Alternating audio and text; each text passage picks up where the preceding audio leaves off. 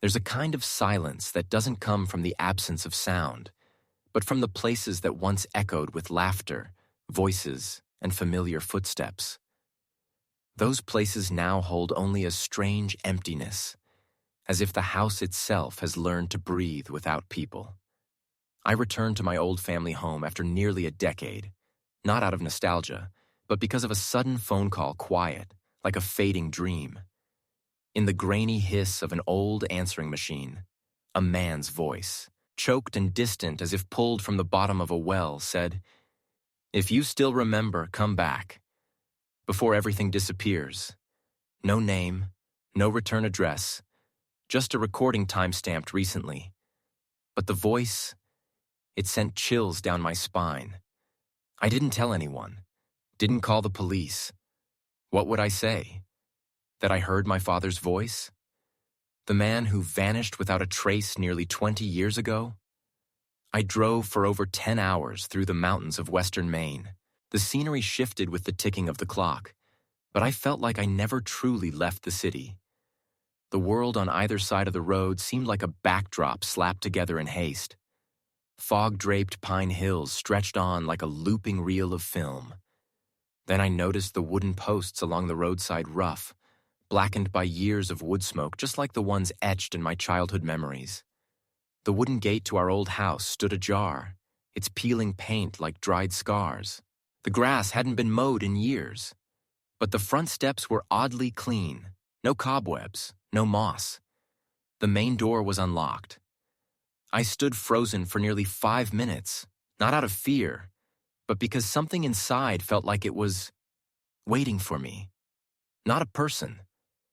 A feeling. A memory so vivid I could hear its heartbeat pulsing beneath the floorboards. Stepping inside, the familiar smell of the house hit me like a punch. Damp mold, fireplace ash, and the faint scent of old paper. No one had lived here in a decade, so why was there a warm teapot on the kitchen table? My father's old armchair still sat in the corner, backed against the window overlooking the pine forest. But what stopped me cold was the photograph on the wall. In my memory, it was my parents' wedding photo, Mom in her white dress, Dad standing beside her. Now it was just Dad, alone, holding his pipe. The background faded into a gray haze, leaving him standing solitary in the frame. I was certain this wasn't the old photo, but no one else had a key to replace it. That night, I couldn't sleep. The house didn't creak, but I felt watched. From the walls, from the crack in the closet door, from the darkness where the staircase led to the basement, a basement sealed with concrete after Dad disappeared. No one in the family ever wanted to touch that place again. But the next morning, the concrete was gone. The basement door stood ajar, beckoning, and the stairs below weren't as I remembered. They were deeper, steeper, cold enough that mist rose from the bottom. I grabbed a flashlight and descended. By the 12th step, the concrete floor gave way to soft, damp earth. It smelled of rotting wood and ash. At the end of the basement was an empty room. In its center, a hand-drawn map was pinned to a table torn, its lines scrawled haphazardly. I recognized the forest around our old town. Strange symbols marked the map. Double circles, arrows pointing backward, and a name. Hollow Pines, a name I'd never seen on any official map. Beneath the map was a single sheet of paper. In my father's slanted handwriting, it read, "Don't trust what you remember. Memory isn't truth. Memory is how the past kills the present." I sat motionless for a long time, staring at my father's final words. The paper was yellowed, but the ink looked fresh, as if written yesterday. Something was wrong here. Not just because the paper couldn't be that new after all these years, but because I'd seen those words before.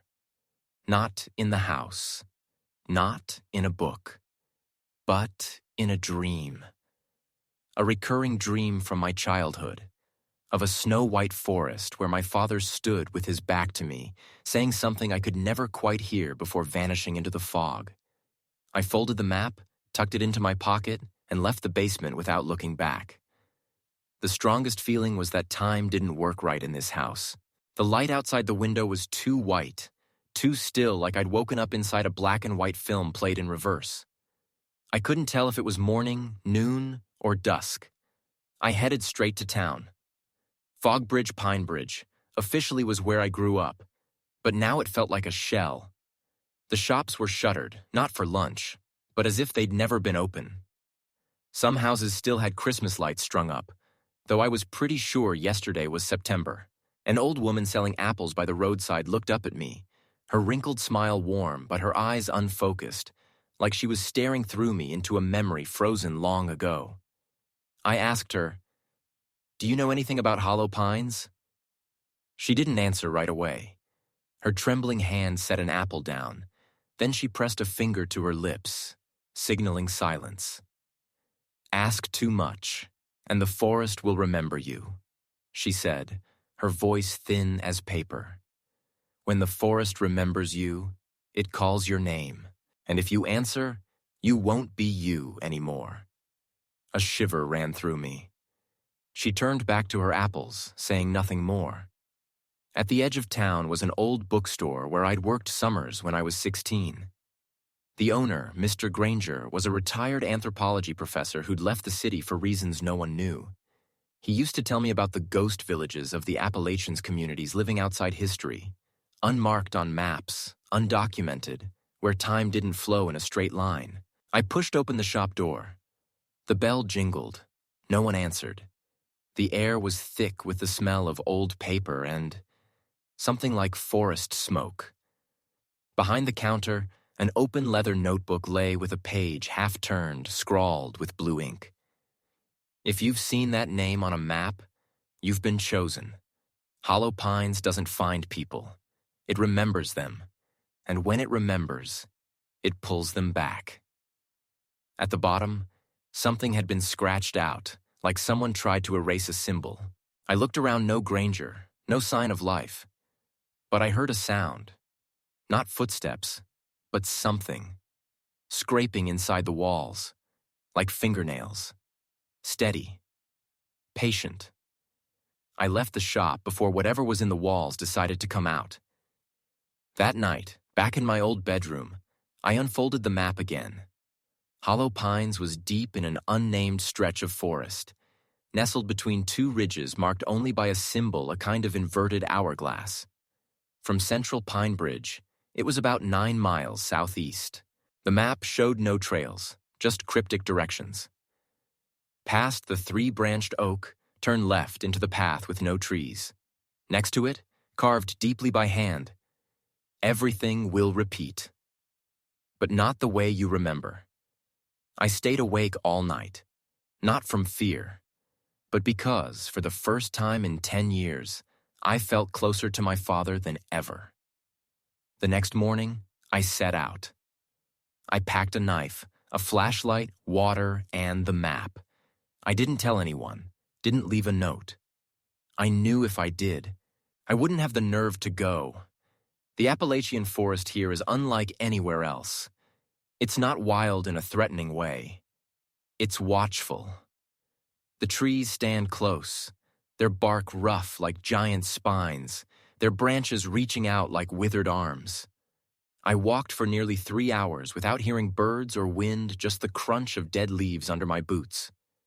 Finally, I reached a gnarled oak with 3 twisted branches, like a deformed hand.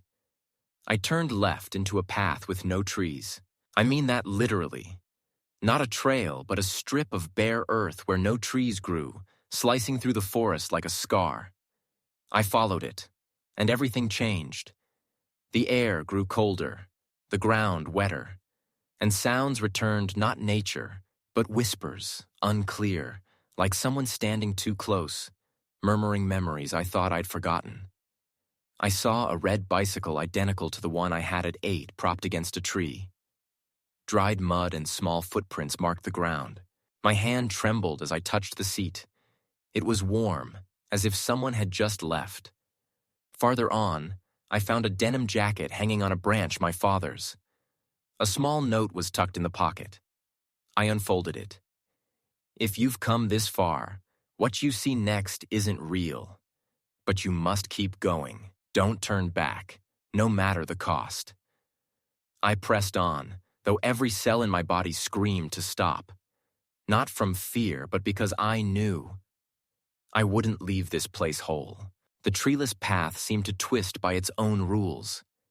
Each turn felt like stepping into a different version of the past, not in chronological order, but by feeling. At one point, I passed a small pond, its surface mirror still, reflecting not me, but my father standing with his back turned, his collar trembling as if a cold wind breathed down his neck. I didn't dare call out. I remembered the warning. Don't answer, no matter the cost. In the distance, a light flickered, not sunlight, but the glow of an oil lantern, as if someone was guiding me. I followed.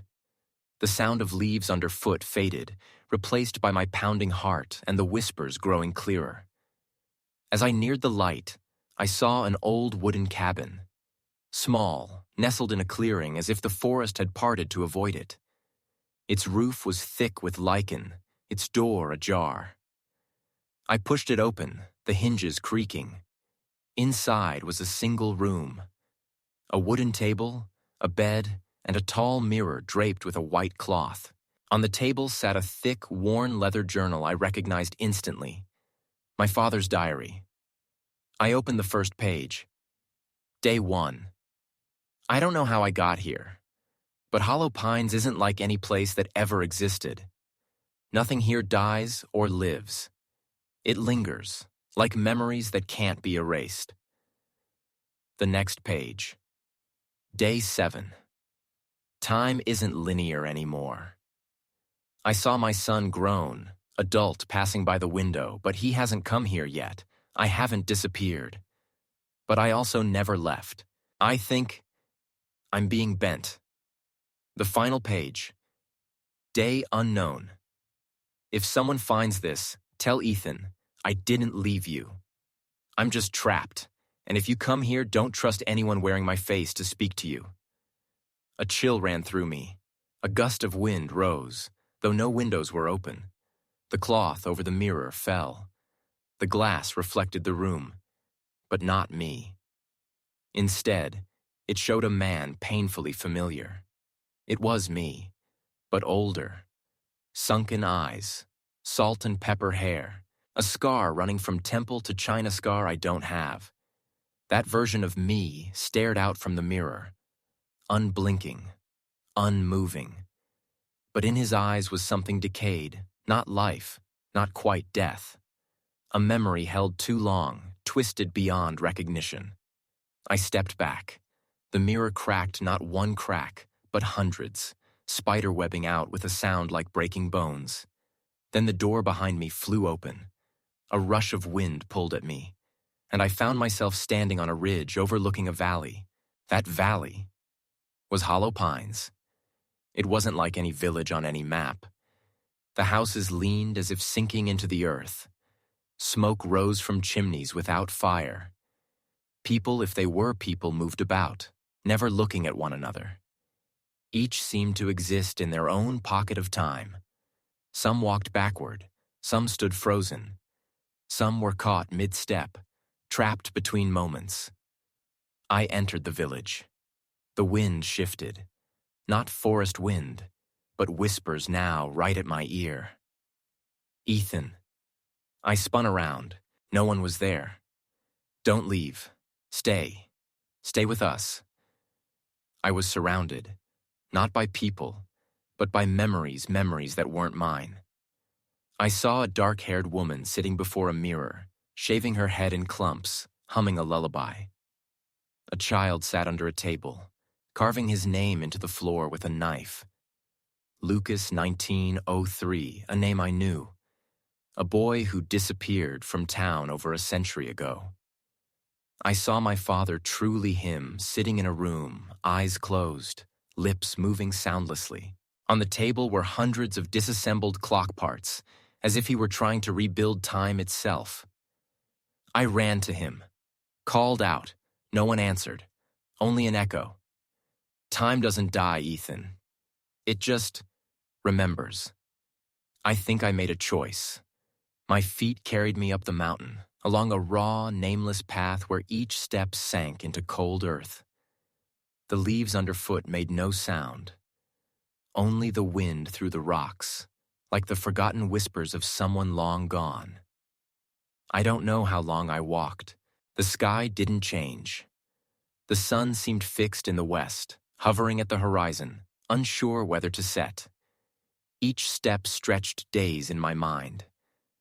I saw shadows of people in the forest, but when I turned, they melted into the trees. Then I met the man from years ago, the one who told me there'd be no way out if I remembered why I came.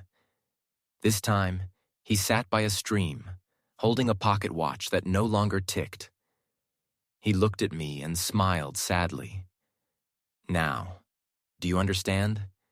There's no time here, only stories left untold.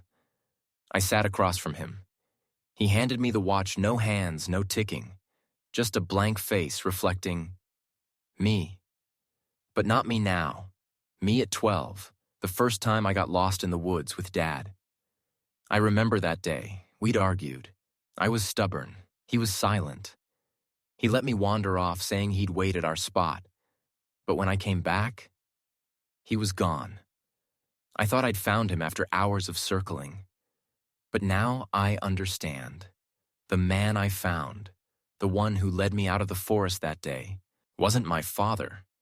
It was someone like him, saying things he'd never said, holding memories he'd never shared. Had I never been living in reality since that day? The man gave a faint smile as I sat silent.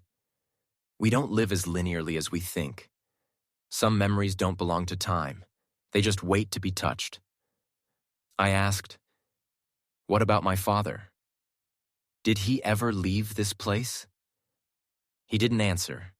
He only pointed to the mountain peak in the distance, where clouds wrapped the rocks like fog over a dream. I kept going, driven more by instinct than reason. No map, no direction. Just a pull, like an old song you can't name but know the words to.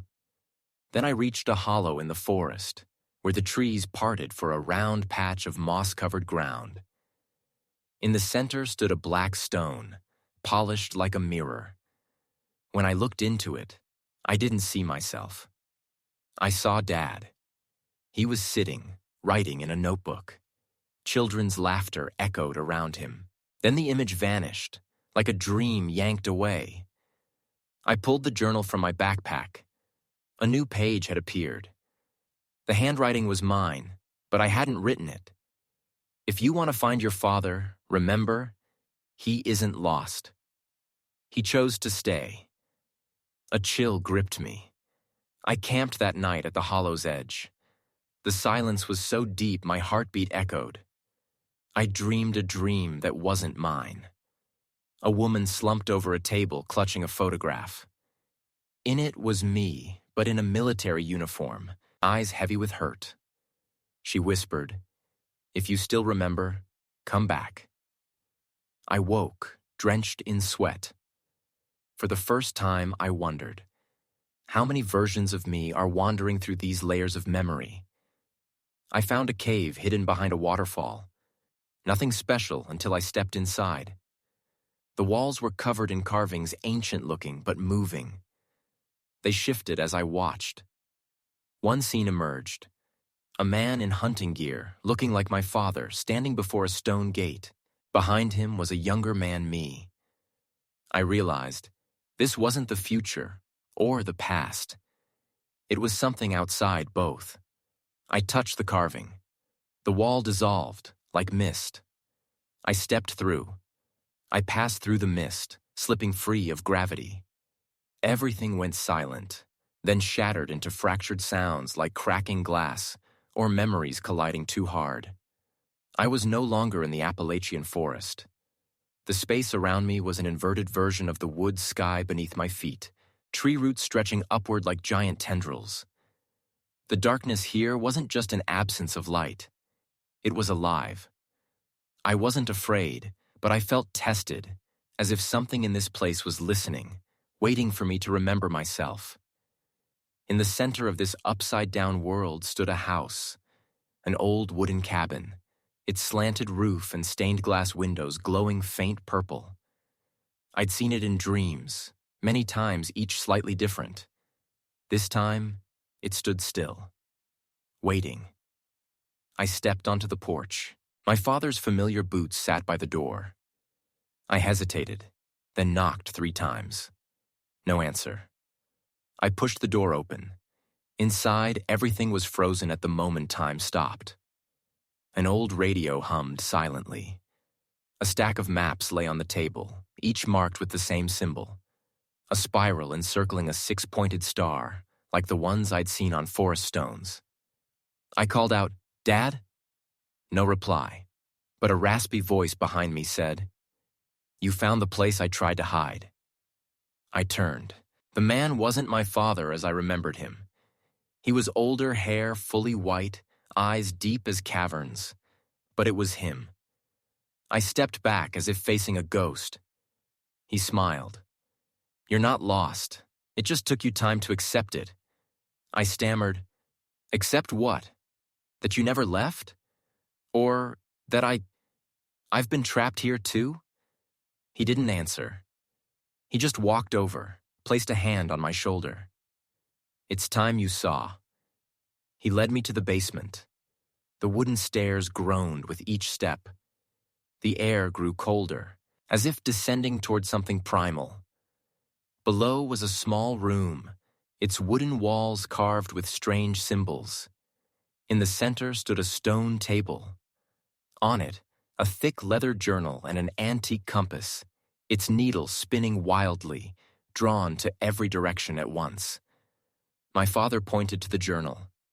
"Read the last page." I opened it. The paper was yellowed, but the ink fresh. In handwriting, "You must choose. Carry the memory back, or leave this place forever. But if you remember, the cost is being trapped in who you were." I looked up. "What does it mean?"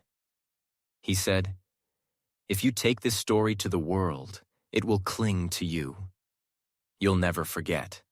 It'll creep into your sleep, knock in your dreams, watch you through mirrors. But if you stay, it's quiet. No pain, no memory, just continuation." I looked at him, my heart heavy. I thought of Mom, of myself, but also of something else, that what makes us human is memory, no matter how much it hurts. I nodded. He said nothing more. He turned and walked out. When I looked up from the journal, the room was gone. I stood alone in the forest, the sun rising. No cabin, no dad. Just the journal in my hands and the final words fading like thinning ink. I walked down the mountain. Everything seemed like it never happened. But when I reached the main road, my old pickup truck was still there, headlights still on. I climbed in, started the engine. The dashboard clock jumped an hour forward, then stopped. I picked up the answering machine and pressed play. My own voice came through. "If anyone hears this tape, remember, some places don't exist in space, but in broken time. And sometimes, to find the ones you love, you have to lose yourself." I don't know how many times I'll tell this story, but each time I'll remember, and each time it'll change me a little. Just like the forest itself, never the same when you return. Have you ever felt time stretch, like something unspoken, unremembered, still lingers in your mind? Share your thoughts on this story. Would you choose to carry the memory or let it rest? Leave a comment. Hit like if you've ever felt lost from yourself. Subscribe for more journeys, because the untold stories are still waiting. In the woods, in the dark, in the cracks of time. There are things you can't explain. Not because they're beyond understanding, but because even when you've seen them with your own eyes, words fail to capture the whole of it. Stories like these get pushed aside, not because anyone forbids them, just because no one wants to be the first to speak them aloud. I used to believe every phenomenon could be broken down, analyzed, if you had enough patience and the right tools. That's how I was trained. Science doesn't encourage you to trust your gut or your instincts. It demands evidence, documentation, models. I was that kind of person. Thought if I dug deep enough, read long enough, I'd find the answers. But there's one thing I was never taught, never learned until it happened to me. Sometimes you only see the pieces when you step outside the picture. The story I'm about to tell isn't in any academic journal.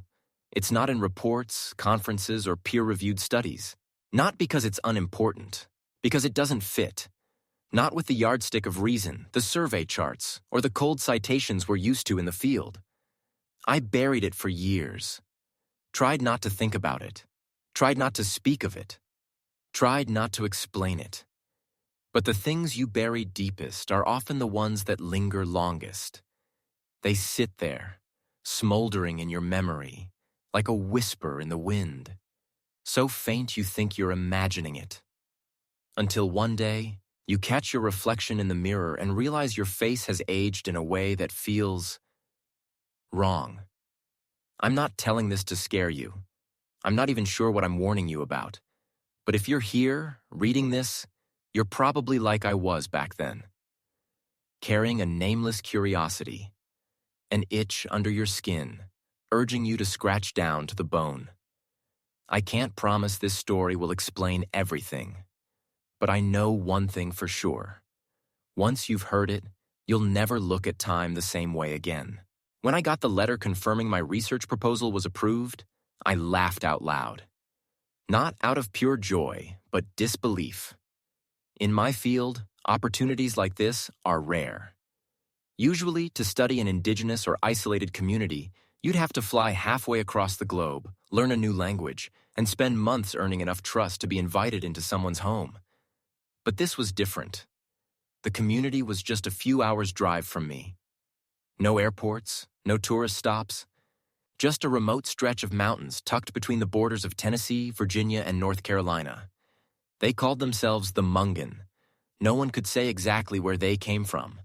Some thought they were descendants of Portuguese sailors who washed ashore centuries ago. Others believed they were the children of free African survivors from the colonial era, mixed with white settlers and native tribes. Theories abounded, but one thing everyone agreed on. The Mungan were isolated, resilient, and unlike anyone else. I'd read that Mungan might come from an old French word meaning mixture, something impure, hard to categorize. Maybe that's why history forgot them. For a cultural researcher, this was a gold mine. A people rarely mentioned, living on the edge of tradition and oblivion. They had no complete medical records, no mention in textbooks, but they had folklore, unique beliefs, and an oral culture passed down through generations. A place where stories were told through glances more than words. I wrote my proposal with my heart racing. Focused on the ties between traditional rituals, kinship, and community resilience topics taught in classrooms but rarely touched in the field. And now, I'd touched it. I told myself this was my chance to uncover what remained of a culture being worn away by time. But it turned out, time itself was what I wasn't prepared to face. There's a phrase in my field I always cherished. Unbiased analysis. We're trained to observe, listen, and not judge. But I'll confess, deep down, I carried my own biases. I thought this would be an easy trip. A chance to collect data, meet some elders, write a few papers, and head back to teaching. I was wrong. Dead wrong. I had no idea the place I was headed wasn't just preserving traditions. It was preserving something else. Something we can't name, but always feel when it stares back from the shadows. It wasn't just culture. It was something older, deeper. And it didn't care about research or reports. It just needed someone naive enough to walk in. Like me, back then. I left home on an early fall morning. Nothing special in my pack, just a few changes of clothes, a notebook, a recorder, an old camera, and a paper map folded so many times the edges were fraying. I didn't trust GPS, especially not where I was going, a place off the grid of modern navigation. They told me to take Highway 421 west, then turn onto a dirt road with a faded wooden sign reading River's End. Drive another 14 miles, and I'd see an ancient oak on the left. From there, turn left and follow 7 more bends in the road until the engine's hum no longer echoed. That's when I'd know I'd arrived. It sounded like a joke. But in Appalachia, directions by feel are always more reliable than any gadget. When I left the pavement behind, I felt the shift. The trees grew denser, whispering secrets through the breeze. No houses, no power lines. Just forest, gravel, and moss-covered trunks older than memory. At one point, I stopped the car in the middle of the woods, turned off the engine, and listened. No birds, no trickling streams, just a thick, sticky silence that clung to my skin. The locals called this area the Forgotten Valley. Some said even the mountain itself forgot why it rose from the earth here. Then I saw it the oak. So massive 3 grown men couldn't wrap their arms around it. Its bark was rough like elephant hide, etched with lines that seemed to chronicle centuries. I turned left, as instructed. By the 5th bend, time started to feel slower. Not metaphorically. I checked my watch the second hand lagged. My phone had no signal, but I kept driving, thinking I was just imagining things. At the 7th bend, there was no welcome sign, no gate, just an open stretch of land with scattered wooden houses looking less built than grown from the earth. I parked, turned off the engine, and stepped out. No one came to greet me. But I knew they saw me. Eyes peered from behind thin curtains. Whispers rustled like leaves.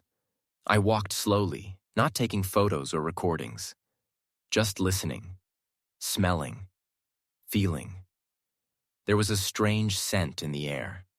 Not decay or dampness, but something sweet and metallic, like old paper mixed with iron blood. The smell of time stored too long. An elderly woman stepped out from a house on the left. She didn't ask who I was or why I was there, just nodded and told me to follow. I did, without a word. Maybe for the first time in my life, I felt less like an observer and more like part of something larger. A silent ritual I hadn't been prepared for. We entered a small wooden house. Inside was a table, a bench, and a fireplace, cold but still warm to the touch. She told me to sit. Then she looked at me, her voice low but steady. "Here, we don't count time like outsiders do." I nodded, unsure what to say. She continued, as if she'd been waiting years to tell someone. "Here, time doesn't pass, it eats." I stayed in that wooden house for the first 3 days without noticing time slip by. No clocks, no calendars. The sunlight filtering through the wooden slats gave no hint of hours. Daytime felt like an endless late afternoon, and night never fully darkened, just a dim haze, like a thin wool scarf over your eyes. The elderly woman didn't share her name or ask for mine, but she cared for me like a long-lost grandchild. Meals were regular, simple roasted corn, stream-caught fish, bread made from sunchokes and pumpkin seeds. No salt, no oil. Everything was clean. Almost too clean for what I knew of wilderness life. Then I started meeting them, the people of this village. The man chopping wood out front, muscles rippling, but eyes aged as if they'd seen centuries turn. A barefoot girl with tangled blonde hair, smiling innocently, but moving with the deliberate grace of an adult mimicking youth. And an old woman I met while washing my hands by the stream, skin wrinkled, hair white as snow, but a voice clear as a 20-year-old's. I asked her a simple question. "How long have you lived here?" She shrugged, then smiled. "Longer than my memory, but shorter than you'd think." Something felt off. They didn't change. Day after day, or what I perceived as days, they stayed the same. Faces, voices, gaits. I watched the woodcutter chop for over 4 hours without tiring. The blonde girl played endlessly, never eating, never sleeping. No infants, no elders on death's door, no funerals, no cries. When I asked about newcomers, they shook their heads. No one came here. No one left. My notes started to blur, the ink smudging daily. Pages weathered in my pocket. The recorder, despite fresh batteries, produced distorted audio, or worse, just wind howling and something whispering in the background. I sat by the fire with 3 men, drinking corn liquor, their voices slow, each word weighed by years. I asked why no one ever left, even for a while. The eldest answered, staring into the flames. We tried once. A boy left, took the North Trail with 3 days' rations. I waited. He continued, slow. Next day, he came back. Same as when he left, but his mother's hair was white, and she didn't know him anymore. That story chilled me. Not because it was terrifying, but because they told it like it was ordinary, like time here didn't just stand still, but tangled, twisted, and toyed with memory and age. One night, I walked the village. No lamps, just pale moonlight through the leaves. I saw a figure standing in the cornfield, motionless. As I approached, it turned the blonde girl.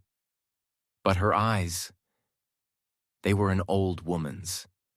No light, just emptiness. She pointed at me and whispered, "You're slowing down already." I froze.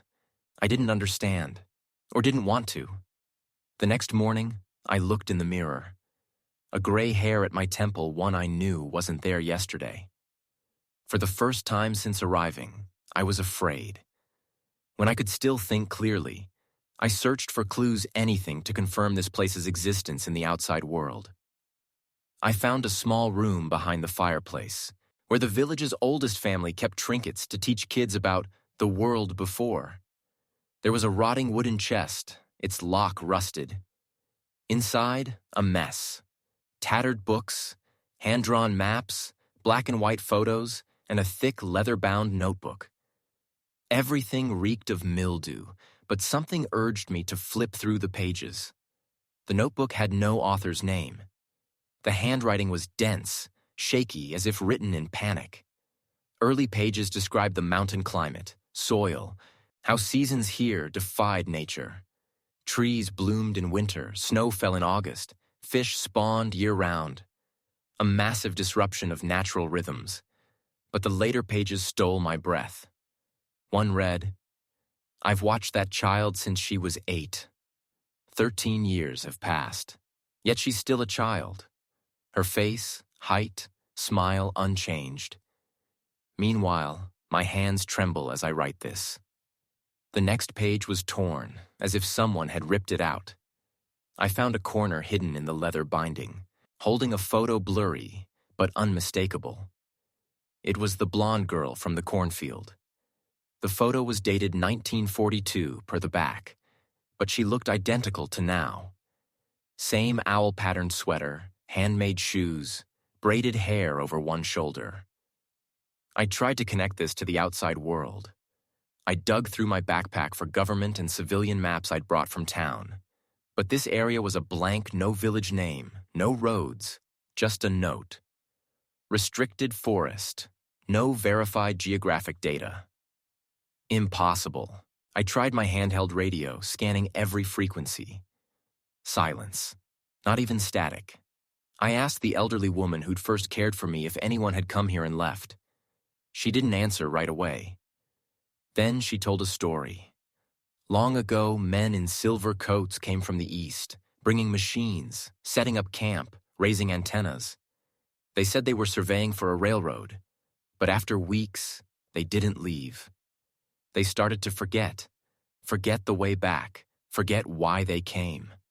One vanished. Another went mad. The rest were kept here to be cared for.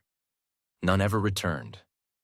I asked, if outsiders forget why they came, how do I still remember? She looked at me for a long time, then said slowly, because you haven't decided to stay. My heart clenched.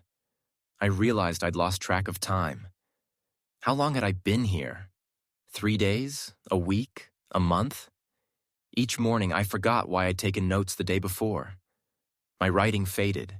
The camera only captured black patches or ghostly double exposures, no clear lines. I tried sketching the villagers' faces, but my hands couldn't get them right. When I tried writing names, any names, my head pounded like it was splitting. It felt like this place was eating my memory, gnawing it bit by bit, silently, steadily. I began to understand why no one could document them, why everyone who came here vanished from record, and why, no matter how hard I tried, I couldn't recall who I'd been or why I'd come. I used to think losing time was just a figure of speech. Now I knew. Here, it was physical, tangible, audible. Like every second in my mind was being plucked, torn, and discarded, while I was forced to smile and keep living. It started with longer sleeps. I couldn't wake on time. The sun rose at 3 a.m. The moon hung full at noon. I asked an old man why his house clock had been still for years. He said, "It doesn't need to run anymore. Time here doesn't move forward. It loops and eats itself." I laughed then, but the laugh died when I saw my skin flaking like thin paper. No pain, just fading color, as if my blood was draining. In the mirror, my hair was gray at the roots, but the tips stayed my old color. Veins under my skin turned ashy gray, like a photo left too long in the sun.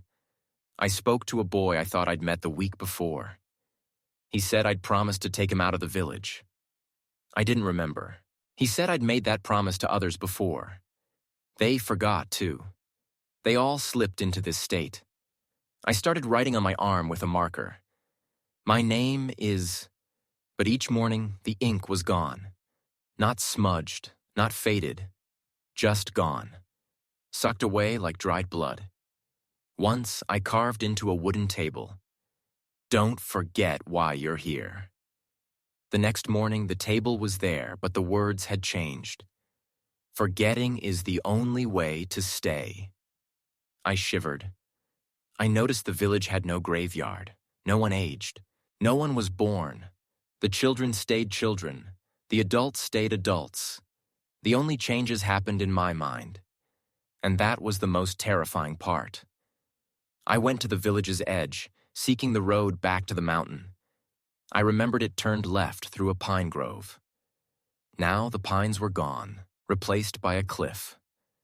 The next night, I tried another path, found myself back at the village gate from behind. No way out. Or worse, maybe I'd left once but didn't remember returning. I searched for proof, something to assure me I wasn't mad. I checked my clothes ID, wallet, phone numbers, all blank. No photos, no address, no name. I started to wonder, had I ever been anywhere else? Had I been born here, only now waking up?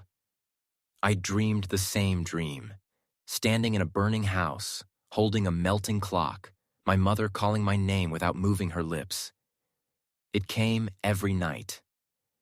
Each time I woke, a whisper in my head. "Stay still. Don't remember. Don't let it know you're remembering." I didn't know what it was, but the more I remembered, the more I feared. Each time I tried telling the villagers about the outside world, they looked at me like I was speaking gibberish. They smiled faintly, as if pitying me. A young woman patted my shoulder, saying, "It's okay. Everyone goes through that phase. You'll forget soon." I don't want to forget. She looked at me, her eyes softening. That's the last thing everyone says. Then she handed me a small branch. At its tip was a wilted yellow leaf, tied with red thread. She said, "If you ever remember everything, bury this at the tree on the village's east side. It'll lead you out." I asked why she was helping me. She said only, "Because I was once you," or "a copy of your memory." I didn't understand then, but days later, when I woke sitting in the yard, red thread tied to my wrist, with no memory of why I panicked. I was losing my sense of self, of time, of reality. The only thing I held on to was fear. I used to think memory could be stolen. Here, I learned, no one takes it. Time eats it, like termites boring through marrow, silent, bloodless, leaving only emptiness. I started guarding my memories like breath, inhaling deeply, writing fast, carving hard. I hid scraps of paper under the floorboards, recorded snippets on a mini recorder, though the battery lasted minutes. I spoke to myself, like a madman talking to a mirror. You're Elliot. You're an anthropologist. You came to study. You're not from this village. You have a mother, Grace. She loves knitting green scarves. You had a cat, Lupin, who died when you were 10. You've loved. You've hurt. You've lived where buses run, traffic lights blink, and pizza ovens glow at night. I repeated it daily, because one careless morning could erase why I was here. Each day, I fought to stay me, someone not just a husk bound to exist where time meant nothing. I started remembering more. Things I thought were gone.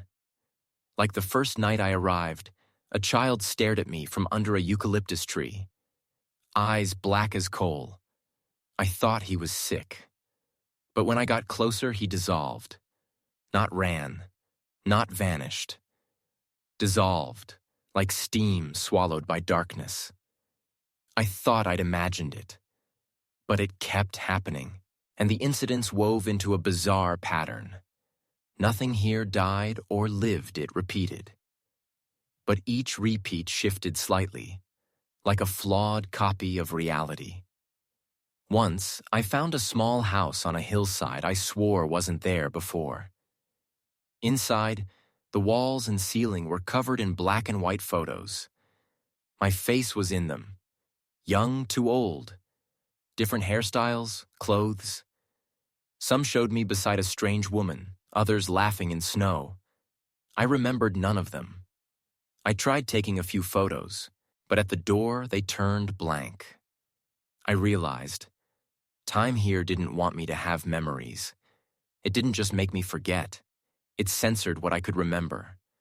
The villagers greeted me as always, smiled, spoke, lived. But now I saw them differently. Something was wrong. Sometimes I saw the same person in two places at once. Some eyes were empty as dolls.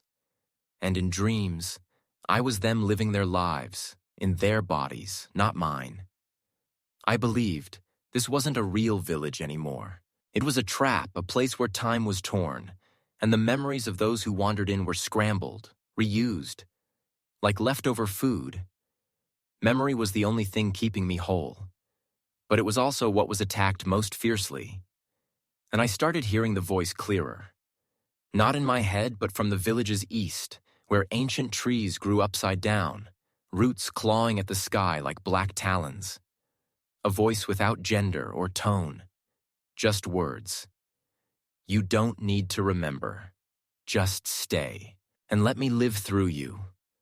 No one spoke of the eastern forest. No signs, no paths, no folklore named it. But I knew it was there. Because every night, as I tried to sleep, its echoes slipped through the door cracks, like someone flipping through my memories, gentle but freezing.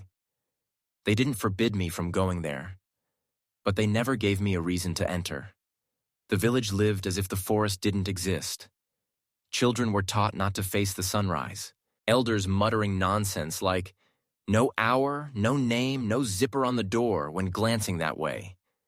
I asked but got blank stares or crooked smiles, like cut-and-paste faces. Then one night, I woke from a dreamless haze to find a bloody handprint on my wall. No actual blood, just a print dried for ages. But it was my hand. My left hand with the small scar in the palm only I knew.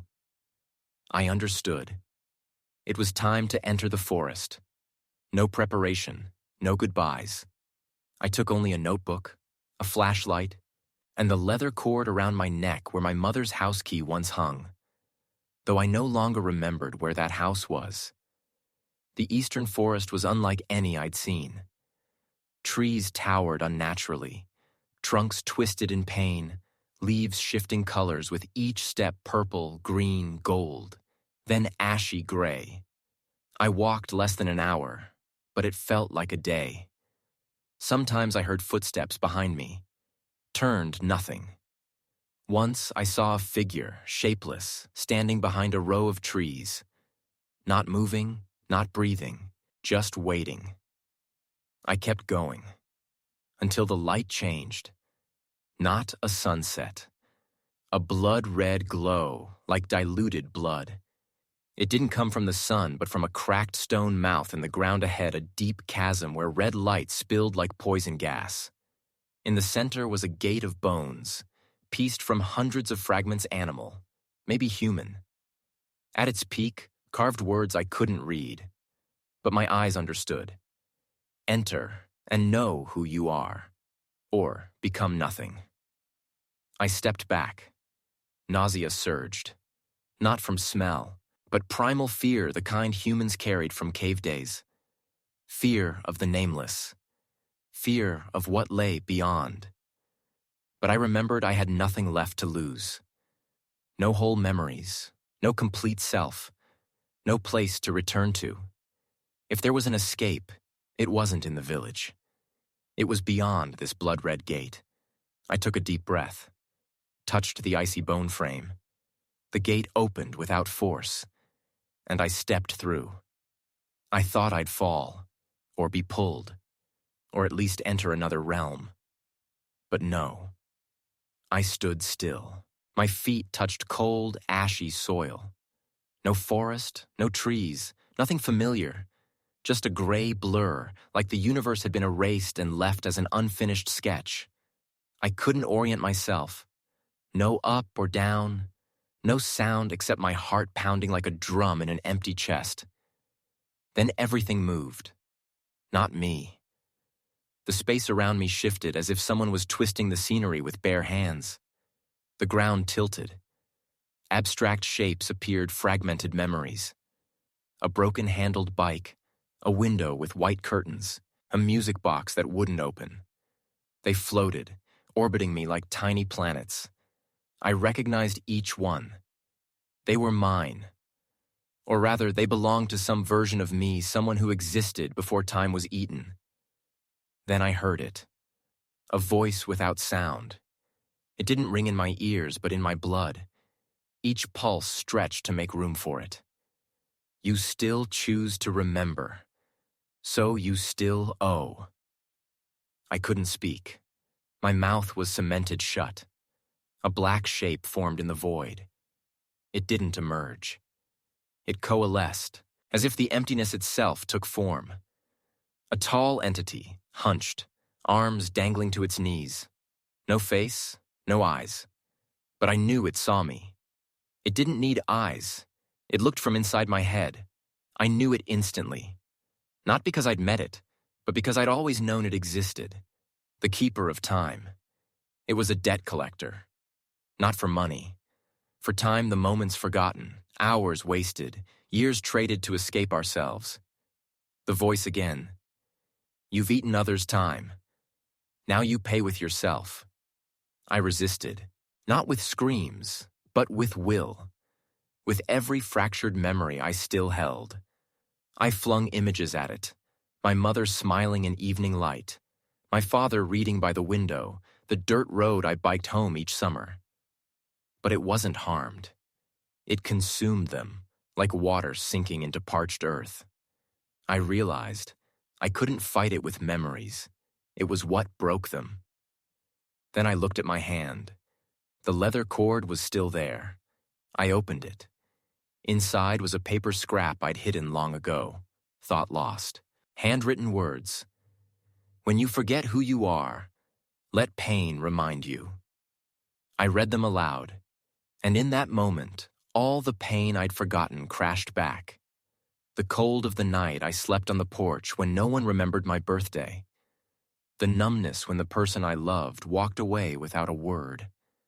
The despair of living months without a memory worth keeping. I screamed, not from pain, but because I finally remembered who I'd been. The keeper stepped back. It didn't vanish, but it made way. A slit of light opened behind it, not red like blood, not green like dreams, but pure white, like everything waiting to begin again. I stepped through. I don't know how I got out. Maybe I walked. Maybe I just woke up. But when I opened my eyes, I was lying on the forest floor, beside a gnarled tree I'd marked with a knife years ago. My shirt was soaked. My chest heaved, as if I'd swum upstream through time, from somewhere far and cold. The sky above wasn't gray like that place. It was bright, truly bright.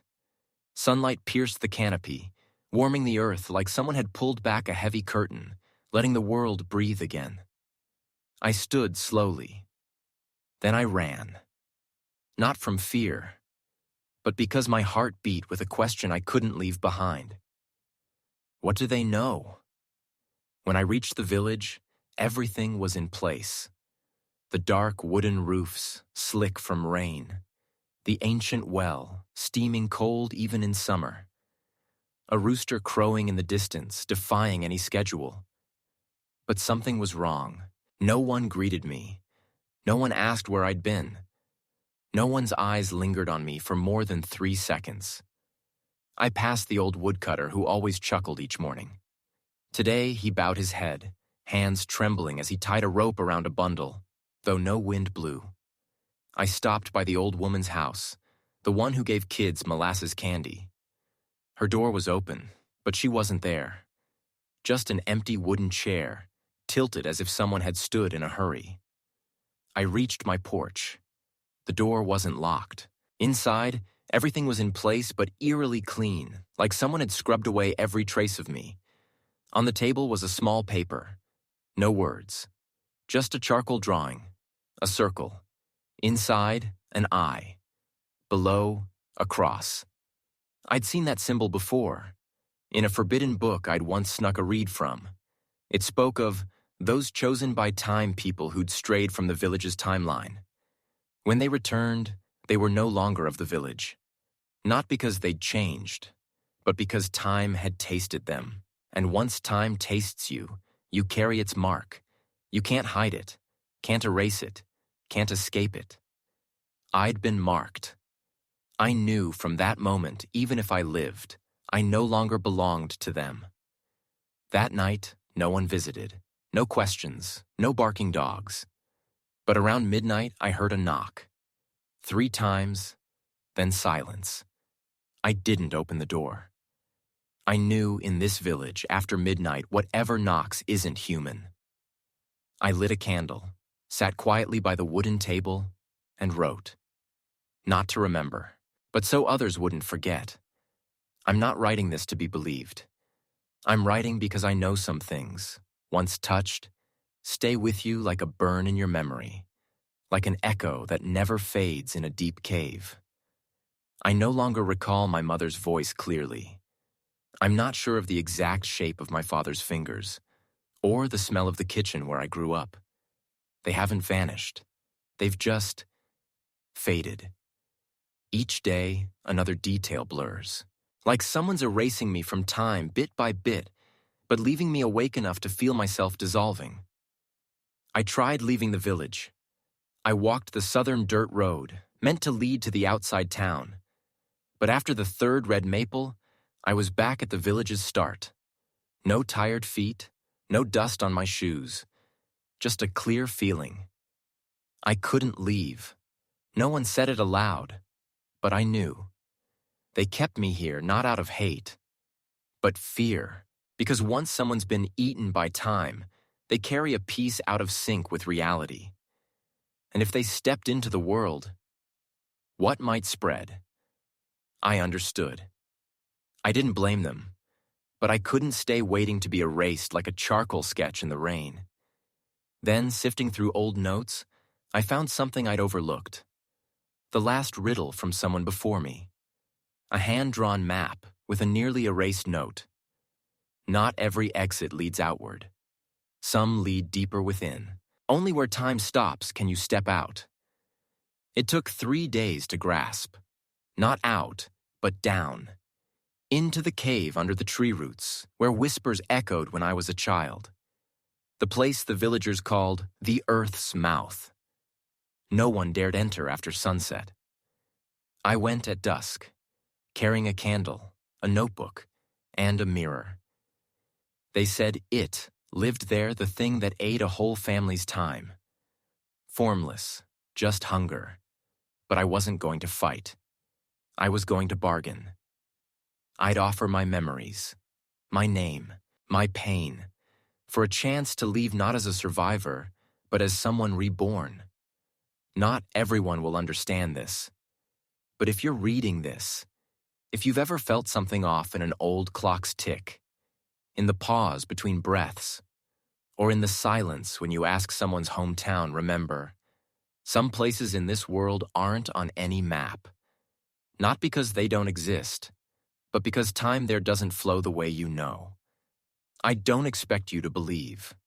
I just hope you doubt enough that if you stumble into one of those cracks, you'll know, not to scream, because once it knows you're there, time will start to eat you. I closed the notebook, set it beside the mirror, and walked deeper into the cave. The deeper I went, the quieter it got. I wasn't afraid. I'd once been part of this world. Now I'd become something time couldn't erase. In July of that year, the skies over Edinburgh drizzled for a solid week. Folks say summer in Scotland is never truly dry, but it was that persistent rain that led me to a discovery I'll never shake. It started simply enough. I wandered into a second-hand market on the edge of town, where families offloaded relics from homes long shuttered. If you've ever lived in a rural place like the small towns dotting Maine's coast, you'd know that in those old trunks, sometimes a whole life lies forgotten. We don't call it treasure, just the remnants of time. At one corner of the market sat an oak chest, unremarkable except for its slightly curved lid and a rusted lock. The seller said it came from an old aristocratic family, its history lost to generations. I bought it for a laughably low price, mostly because it reminded me of the letterbox my grandfather kept when I was a kid. Back home, I stashed it at the foot of the stairs. It was 2 weeks before I cracked it open. Inside were a few scraps of linen, a tattered leather notebook, and a bundle of letters tied with thin twine. Nothing stood out at first, except a faded ink scrawl on one edge. Spring, summer, 1891. I figured they were just personal letters from someone long gone, written in neat, careful script, maybe a husband to his wife. But by the second letter, I realized I was holding something else entirely. These weren't love letters, nor were they memoirs. They were a strange blend of raw truth and creeping dread. At times, they read like a battlefield journal. At others, like a last will. Most striking, they were all written over a few months in 1891 from a place far away, known only through adventure tales. Africa. There were few identifying details, no clear name for the writer, just hints of titles and places. But the more I read, the more I felt I was standing in a story no one had told. A slice of history absent from books, a memory buried in the bottom of a chest, with no one left alive to recall it. I'm not one for mysteries or the supernatural, but those words carried a weight that felt real. A haunting born from a fear you can't name but feel in every line. It was like hearing a whisper over your shoulder when you thought you were alone. Those letters had slept for over 130 years until I opened that wooden chest on a rainy afternoon. You might think they're just an old tale, a small tragedy among countless others from long ago. But to me, they were a murmur from another world, a message without a name or address, with one simple plea: to be heard. I read them all. And now I'm sharing them with you, no more, no less. I only ask that you hold one thing in your heart, as I did when I reached the final line. Some stories once told will change how you see the world forever. The first letter was written on dark paper, its edges smudged by time, but the words were sharp, as if the ink had dried only yesterday. The tone was formal, laced with the stiff politeness of a 19th-century British official. Yet it couldn't hide one thing: fear. The writer began with a courteous greeting, but within a few lines, urgency bled through. A creature was sowing terror in a remote valley in Central Africa. The place was called Luangwa, a name both foreign and raw, evoking something wild and untamed, like the deep woods of Maine in winter. Details were scarce at first. A beast described as a lion, but larger than any known, had been attacking local settlements. Crops were trampled, livestock torn apart, and then it turned to people. Not just once, but repeatedly with a chilling pattern. Survivors didn't call it a lion. They whispered of something else: a shadow demon from the jungle. Though the writer dismissed superstition, he admitted something unnatural was afoot. And no one in that region had the means to face it. That's why he wrote this letter: to summon someone, or rather something capable of confronting danger. A hunter, not just any, but one whose formidable reputation in the wilds of Africa echoed in colonial whispers. A figure even beasts might fear. The letter ended with a promise. If the task was completed, the recipient would be richly rewarded not just with money, but with honor and the chance to face the greatest challenge of their life. It wasn't just an invitation. It was a dare. Accept it, and there was no turning back. I paused here, wondering what I'd do if such a letter landed in my hands. No phones, no satellites, no detailed maps. Just one person, a rifle, and a cry for help from the edge of the world. But the recipient didn't hesitate. Not one bit. And what followed began a story I believe deserves to be remembered, even if it's been forgotten for over a century. The second letter, written weeks later, was different. If the first was a call from the dark, this was a whisper from the faint light of a father far from home. It was penned from Luangwa, a name no longer unfamiliar but still impossible to fully grasp.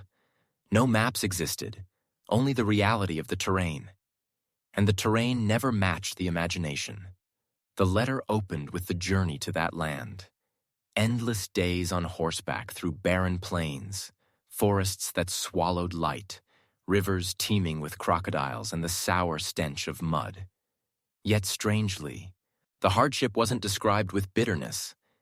It was as if the writer was cataloging every detail, every bush, every sound to one day share with his son. A section was written for his wife, calling her the last light in this world. The words were plain, not flowery, but heavy with the kind of longing only someone far from home could muster. He promised to return not just for the mission, but for a vow to his son, to bring back a real lion's tooth, not as a trophy, but as proof of something greater: courage, resolve, and the way one faces fear. Beneath the calm, something felt off. The writer seemed to be soothing a rising storm within, because everything here was wrong. He described the locals, their averted eyes, their half-told tales. Children didn't play outside at night. Men never walked alone at dusk. No one named the creature. They only gestured. A finger slashed across the chest. Stranger still was the silence. No birds sang, no monkeys chattered, no wind rustled the leaves. It was as if the entire forest held its breath.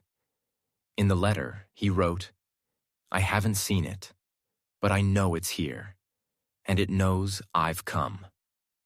The final line was for his son, whom he'd never been away from for more than 3 weeks. "Son, if I return, I'll tell you everything. If I don't, remember this. Sometimes silence is the only way great things endure." The next letter, written after nearly 2 weeks of silence, had lost its earlier composure. No more reassurances, no more loving descriptions. Just short, jagged sentences, as if scratched out in fleeting moments of calm amid unrelenting tension. He recounted a morning when the group left camp to track the beast. They didn't expect to find the lion right away. No clear tracks had been found. But something else stopped them cold. A clearing in the forest, perfectly circular, as if fire had scorched away every tree, bush, and insect. No living thing remained. No charred smell, no ash, just emptiness. A local guide dropped to his knees, muttering prayers. 2 others refused to go on. They insisted it wasn't a lion's work. It was that thing, something without a name. The writer didn't believe in superstition. He'd fought in places that seemed like the edge of the world. But this silenced him. He couldn't explain it. And he began to dream. The same dream, night after night. Walking through a jungle where all sound was sucked away. Trees stood still. The ground bore no footprints.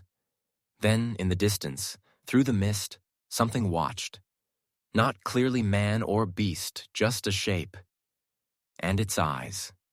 Cold. Deep. As if they'd lived too long and seen too much. Some nights he woke gripping his dagger, not recalling when he'd drawn it. Sweat-soaked. The campfire dead. No one on watch. He asked the others about their dreams. They wouldn't answer, only looked away, eyes fixed on the ground. The oldest in the group whispered, "If it lets you dream, it's testing whether you're worth devouring." No one laughed. In that same letter, he described another find. Claw marks on a tree, higher than a man's head by a foot. Not like a lion's curved and shallow, but straight, deep gashes, as if carved with a razor. The letter ended. "I don't know what I'm hunting, but it knows exactly who I am. And it hears every step we take." At first, it was small things.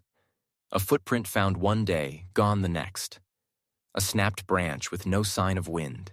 A campfire disturbed, but no human tracks. Things that could be nature, wildlife, or imagination if they happened once. But they happened every day. One morning, the youngest guide, a sturdy lad, vanished from camp. No sound, no gear left behind, no footprints leading away. Only his bush knife, driven upright into the dirt where he'd slept, like a bizarre message. I didn't leave willingly. The remaining men began talking of turning back. But the old trail was gone, and their compass spun wildly. The sun rose, but its light grew faint. Even time felt slippery. Nights came too soon, days ended abruptly, and the group argued over what they heard in the dark. One swore he heard soft footsteps circling the tents, barefoot and deliberate. Another claimed someone watched from behind the trees at night, but a lantern revealed only their own shadows. The writer, for the first time, admitted he was afraid, not the fear of facing a lion or war, but a dense, lingering dread with no clear source, like a breath on your neck when you turn and find nothing. The next letter was shorter, the handwriting sloppy, as if written in near darkness. He described how the dreams were no longer just dreams. The blurred face, the shadowy eyes, the heavy breathing, they followed him into daylight. Once, while fetching water alone, he froze at the sight of a tree stripped of bark in a spiral, as if clawed by bare hands. Below it, carved in unfamiliar script, was a language he couldn't read more ancient than anything known. That night, another man vanished, leaving only his jacket neatly folded on his hammock.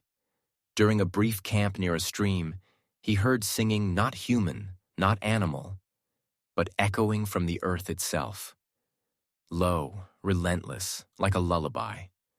No one else heard it. Only him.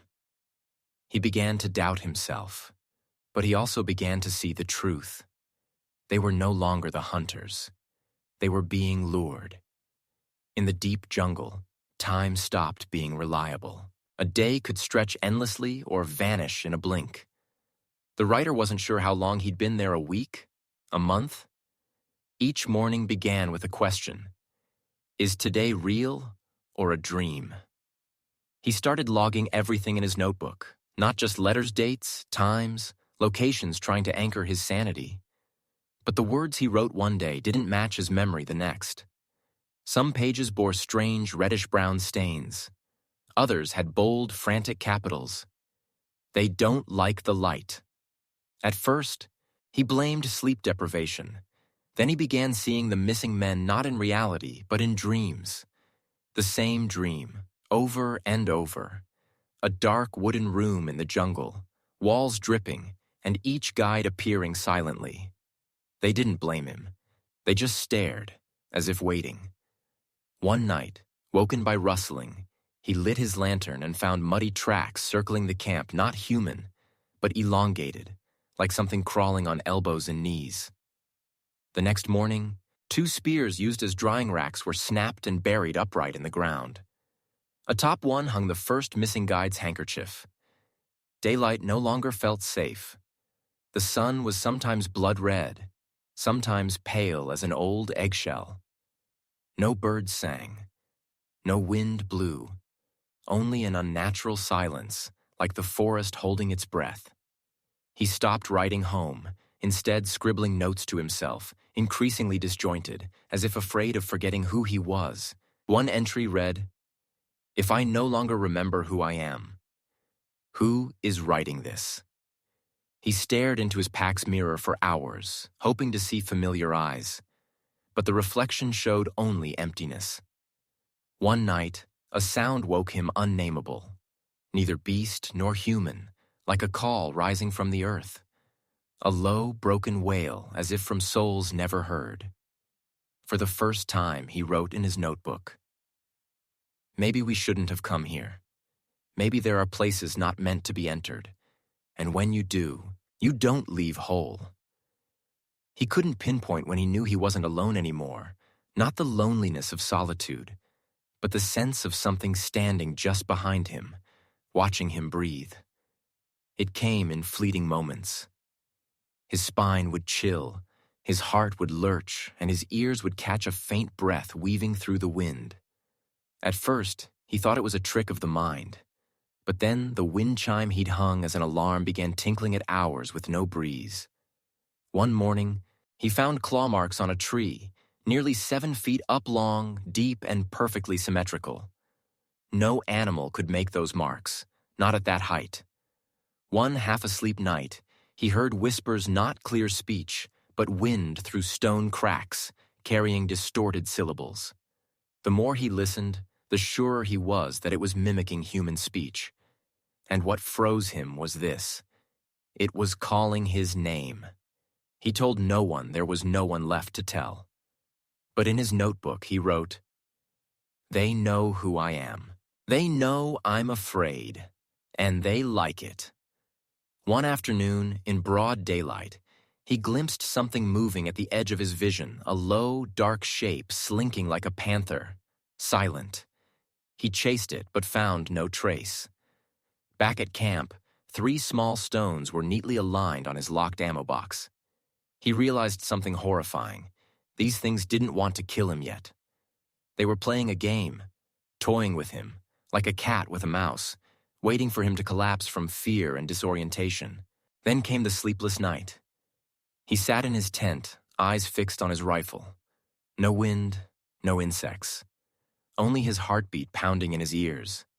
Then, footsteps. Light as falling leaves, but deliberate, approaching. Not an animal, the rhythm was too intentional. He stopped breathing.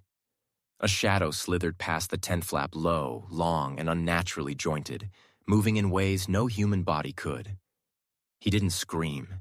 He just sat, gripping his rifle, too terrified to fire.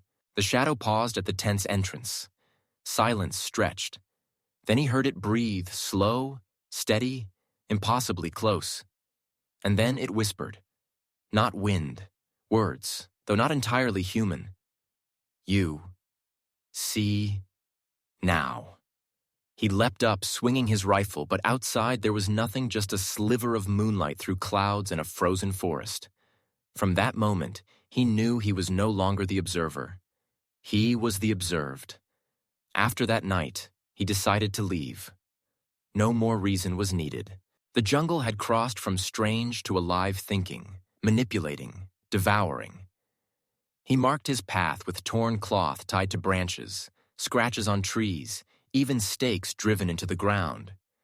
Every direction was calculated by the sun and familiar landmarks. Yet, within an hour, he was back at his camp. The tent, the dead fire, the 3 stones on his ammo box untouched, as if he'd never left. He thought he'd turned wrong. But after 3 attempts, 3 different routes, he always ended up at the starting point. A deeper fear took root not of attack, but of losing all sense of reality. The laws he'd trusted, gravity, time, direction, were being rewritten by something vast, cunning, and not of this world. He tried marking with charcoal, etching stones. But the marks faded faster than nature could explain, as if the jungle was healing, erasing proof of his existence. Worse, his memories began to erode. Paths he should have known by heart blurred. Trees seemed to shift. A slope appeared where none had been. A boulder he'd rested on vanished overnight. Time itself warped. He couldn't track days. The sky stayed gray for hours, or the sun leapt to noon after a blink. Some mornings felt like twilight. Some nights arrived too soon. He began to doubt his sanity. Was he delusional from isolation? But his trembling, scrawled notes confirmed something was bending reality here. And the most terrifying truth, it didn't want him to leave. One morning, he walked in circles, counting steps. After 2 hours, he stopped, and there was his camp. But something had changed. On the rock by his fire, where he often sat to write, was a black feather, upright, as if planted. He'd never seen a bird like that in the jungle. The feather was glossy, hard as coal, but cold as ice. It wasn't natural. It was a message, a clear sign that something knew he was trying to escape, and was mocking him for it. He'd once thought he was in control, the hunter, the one who chose what to touch or leave. Now everything was reversed. The first sensation wasn't fear, but being watched. No sound, no steps, no visible eyes, just a chill down his spine in open clearings. The sky wasn't dim or dark. It was drained of light, unnaturally still. No birds, no wind, no insects. Only his own breathing, heavy and echoed, as if reflected from somewhere else. Then came the footprints. Not his, they went the opposite way. Not animal, they resembled human feet, but stretched, with toes like withered branches. Some were fresh in damp soil. Others, fainter, led to his previous night's camp. Worst of all, they appeared beside his bedroll one morning. No roars, no howls, just a deadly silence. More terrifying than any cry. He started mapping, using blood from a cut finger to mark where it had been. But within days, the map was useless. The blood vanished. The paper warped. One night, he swore he'd folded it neatly under his pillow, but by morning it was shredded and smelled of ash. By a stream, his water source, he saw his reflection mismatch. It was him, but it didn't blink, and it smiled. He ran, tearing through thorns, scraping his face and hands. That night, he dreamed of himself but not himself sitting by a fire, writing with his left hand, muttering in a tongue unknown to any civilization he'd encountered. Waking, he found strange carvings on a stone by his tent.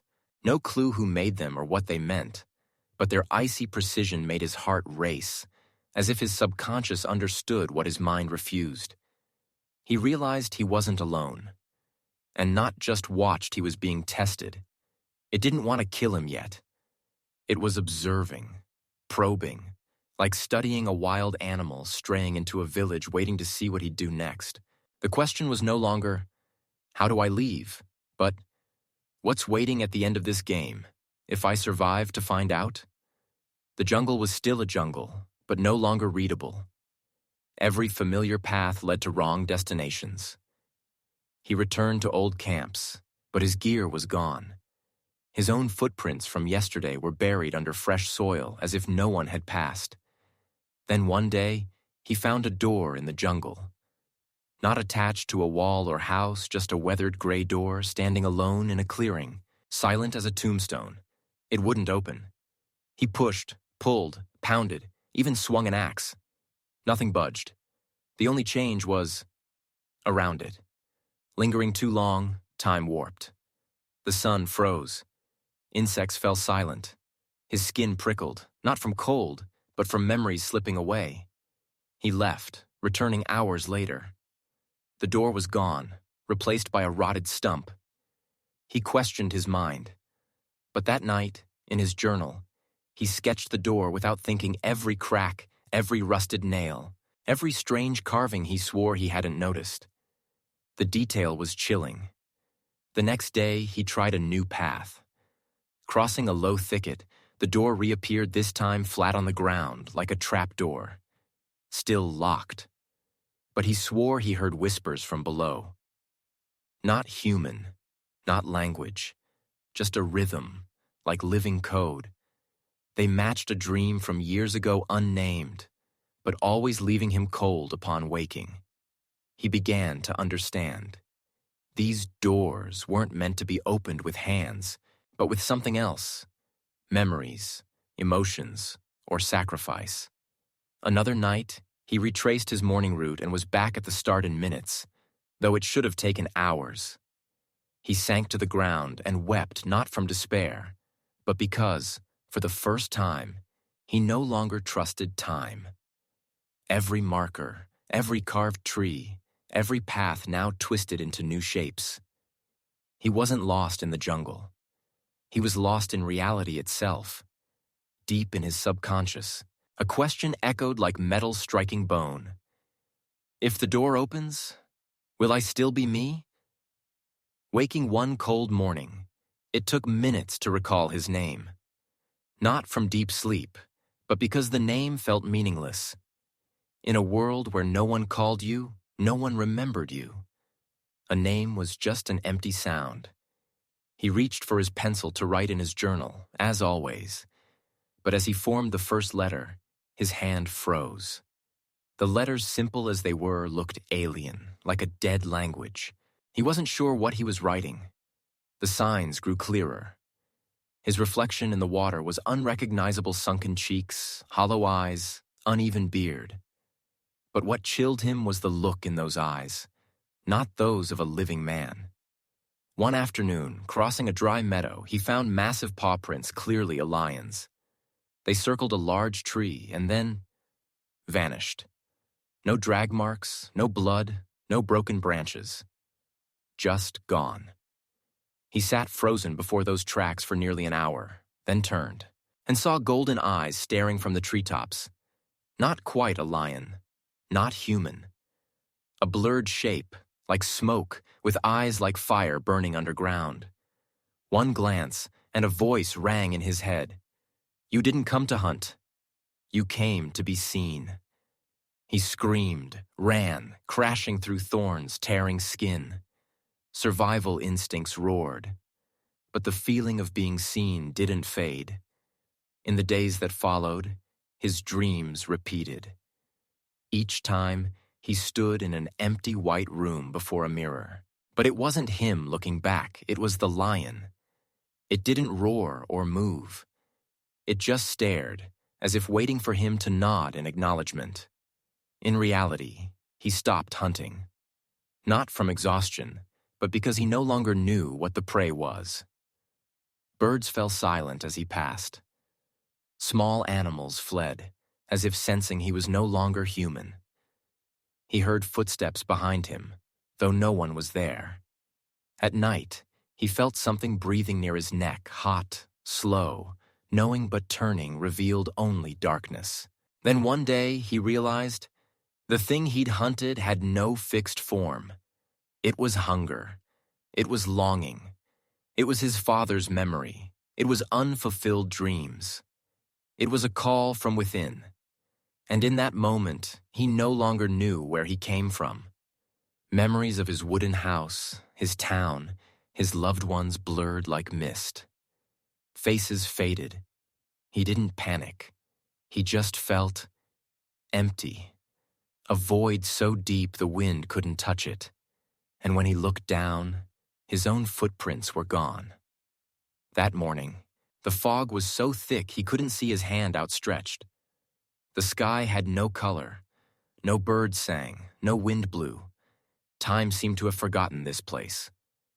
He walked, almost unconsciously, with no destination or purpose. Then his foot caught a sharp bamboo stake, and he remembered. This was where he'd set a trap weeks ago. Strangely, it was untouched, intact. The surrounding grass hadn't fully covered it, as if someone or something had preserved it for him. He knelt, inspecting. Everything was as he'd left it. The noose, the pit, the stone trigger. But one thing was wrong. Clear human footprints led into the trap. None came out. His hands went cold. The air stayed still. No sound but his heartbeat pounding in his ears. And then, for reasons he couldn't name, he stepped into the trap. No misstep. No injury. He just sat on the pit's edge, staring into its darkness, as if waiting for something to emerge. Minutes passed. Then hours. Nothing happened. Until he fell asleep, and the dream returned. This time, the white room was gone. He stood on a vast plain under moonlight, surrounded by hundreds of lions. No roars, no attacks. They just sat, staring at him. Looking down, he saw he held a rifle, not quite a rifle, but a molten weight, both weapon and burden, as if his life had been spent aiming at what he didn't understand. Then one lion approached. Not aggressive, not lunging. It moved lightly, like stepping through memory, and instead of raising the rifle, he let it fall. The dream dissolved. He woke in the trap, night fully fallen. But the strangest feeling washed over him. Peace. No more haunting, no more fear, no more sense of being stalked or hidden threats. He'd sat in the heart of the trap and survived, because there was nothing left to hunt or flee. Days later, he left the area. No weapons, no trophies, no medals. Just a man with empty hands, feeling truly light for the first time. Returning was never like leaving. Each step back was slower, heavier not from baggage, but from losses too deep to name. The village he'd left had changed. Wooden houses were grayer, moss-covered. Trees had grown, swallowing old paths. Few familiar faces remained. Strangest of all, no one asked what he'd killed, hunted, or fought. They just looked at him long and silent, as if wondering if he was still himself. He didn't speak of the dreams, the trap, or the silent lions under the moon. Some things, once survived, don't need sharing. He began to live slowly. No more early mornings to hunt. No more traps in the yard. Mornings were for brewing tea, afternoons for strolling fields. On bright moonlit nights, he sat on his porch, eyes unfocused, needing nothing. Time passed not in triumphs, but in the quiet of his mind. Some nights, he heard a faint roar in the wind, not chilling, but familiar, like a call from an old dream. One day, a child knocked on his door not for candy or directions, but to ask, "Did you go to the end of the forest?" He paused, looking into those young, curious eyes so like his own once were, and smiled. "The end of the forest is where you no longer need to go." The boy didn't understand, but nodded. Sometimes kids understand differently, not through reason, but through something deeper, unnamed. After that, villagers began stopping by not to hear stories, but to sit in silence. Some brought a bottle of whiskey. Others stayed briefly and left. But they came and returned. In his quiet, they found something the world had made them forget. The ability to hear themselves. And so he lived. No preaching, no boasting. But everyone who met him carried away a piece of the forest's stillness. If there was a final letter, it wasn't meant to be sent. not meant to be fully understood. It was a release, a way to look back without needing answers. And he wrote it. No recipient, no date, just simple words, each carrying the weight of a lifetime. Some things I thought were life or death turned out to be just fear I hadn't shed. I used to believe strength meant never retreating, but true courage is turning back, letting things pass without holding on. I met things stronger than I could imagine, but what kept me alive wasn't a gun, a knife, or wit. It was something strange. The belief that one day I'd be forgiven not by anyone, but by myself. The jungle didn't kill me. Death stalked silently. But in that place, I learned to stop fearing. Maybe that's why I'm still here. If anyone reads this, don't think me a hero. I'm not worthy. I'm just someone who went too far only to realize what mattered was right in front of me all along. Meaning isn't in the destination, but in how you face each step. He folded the letter. No envelope, no hiding. He left it on the table beside a flickering oil lamp. No one needed to read it. Writing it was enough. Time passed unremarkably. No one claimed the letter. No grand funeral followed. Just one winter morning, when snow blanketed his porch, the light in his small house was gone. The door stood ajar, the teapot still warm. But he was gone. No one knew where. Only that, this time, he didn't need to return. The letter was kept, copied, read each year when snow fell. In its silence, people understood that some lives don't need to be marked by deeds, but by the fullness of their quiet.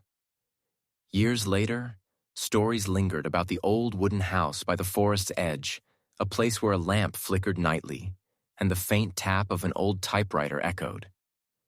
No one knew who he truly was.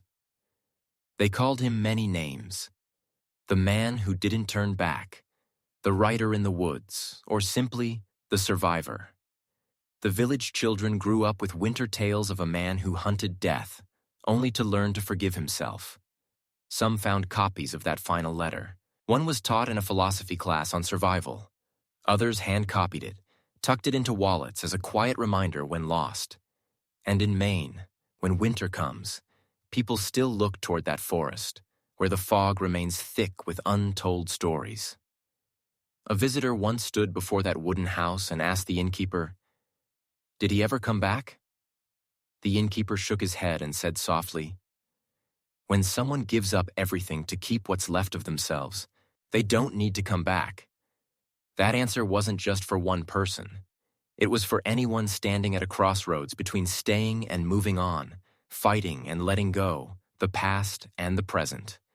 And so, remember, if you've ever felt too weak to overcome something, if you've ever thought your past can't be redeemed, if you've stood in the coldest moment of your life and wondered, "Does anyone understand me?" This story is yours. If you see yourself in this journey, share this story with someone who needs a spark of light. Subscribe to keep these memories alive. Leave a comment below. I'm still walking on. Because you might not be the only one.